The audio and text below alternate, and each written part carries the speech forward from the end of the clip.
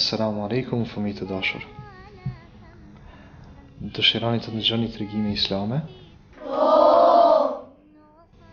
Atëherë, si çdo natë, edhe sonte kemi përzgjedh një tregim shumë interesant për ju. Njëherë, në një kohë ishte një burr bujar, zotronte një kopsht me rush edhe me hurma. Ai besonte dhe zbatonte me përpikëri urdhrat e Allahut xhalleshana. Në kohën e të vjelave ai jepte rregullisht zakatin.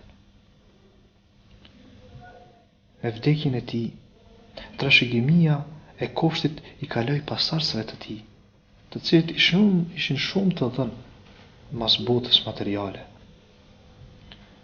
Kjo gjë ja shtonte atyre edhe më tepër kooperacinë në zemrat e tyre. Zakati që u shpërdante bujarisht babai i tyre të varfërve ja shtonte pasurinë dhe ja shtonte begatinë e kopshtit.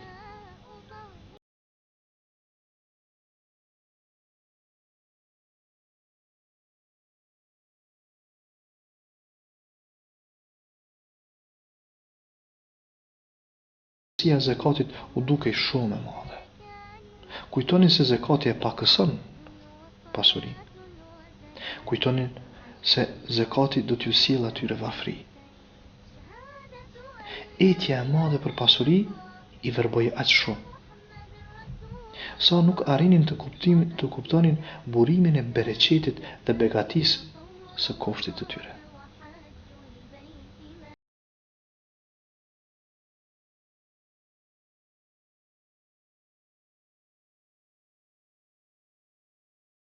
Familja jonë është e zgjeruar shumë, kurse pasuria jonë është e pamjaftueshme. Le të dalim nesër herët në mëngjes dhe t'i mbledhim bjellat tona. Të varfërve mos t'u japim nga pasuria jonë.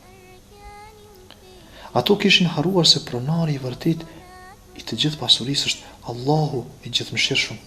Gjithashtu harruan pjesën e të varfërve që ishte në mbi pasurinë e tyre. Kur po flinin, ja u bë dënimi i Allahut. Në kopshtin e tyre papritmas u hap një zjarr i madh dhe të gjitha prodhimet e tyre u bën shkumbehi.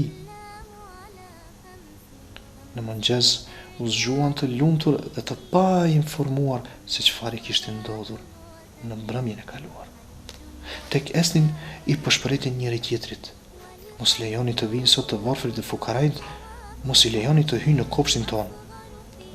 Kur mbretën në kopsht, nuk i besuan syve. Ata thanë, mos e kemi ngatruar rrugën, ku jemi këtu?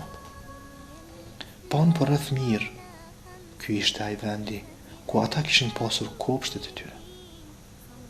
Por ato nuk kishin më aty. Aty çdo gjë ishte bërë shkrumbehi.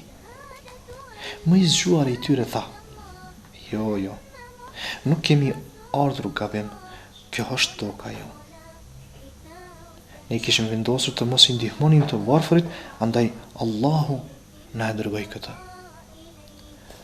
Në fytyrat e tyre lexoi një mërzi e madhe. Çfarë planesh kishin bërë në mbrëmje e çfarë kishte gjetur në mëngjes. Filluan të bënin shama duke fajsuar njëri tjetrin mendimin e keq për të mos ndihmuar fukarajin e kishe ti, kurse ai tjetri thoshte jo, ti e kishe, jo ti ke filluar. Më i zgjuari i vëllezërve që foli më herët tha, o vëllezërit e mi të dashur, mos të fajsojmë njëri tjetrin këtë së koti për të kërkojmë falje tek Allahu, ndoshta ai me mëshirën e tij na fal dhe na mëshiron. Ata e kuptuan më në fund gabimin të cilin kishin bërë. Kuptuan gjithashtu se pronari i vërtet i pasurisë është Allahu dhe pasuria duhet përdoret ashtu siç duhet. Dhe nëse harxojmë pasurinë sipas urdhrave të Allahut, atëherë ajo do të shtohet dhe do të begatohet. Nëpërmjet kësaj pasurie, ashtu si duhet dhe ashtu si thot Allahu, ne të harxojmë atë, do të fitojmë edhe xhennetin. Duke kërkuar falje nga Allahu i madhruar, ata thanë, sot turp për ne. Ne pas kemi bërë një gabim shumë të madh. Gjithçka erdhi vetëm nga të metat tona, kurse Zoti është larg të metave dhe gabimeve. Atëherë t'i drejtohemi Allahut plot shpresë.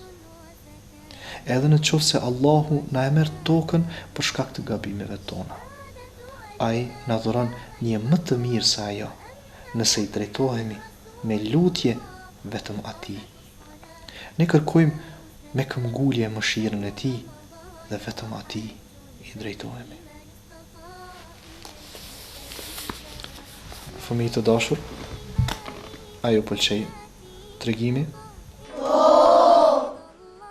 Shumë mirë atëherë. Assalamu alaikum, natën e mirë dhe gjumin e ëmbël.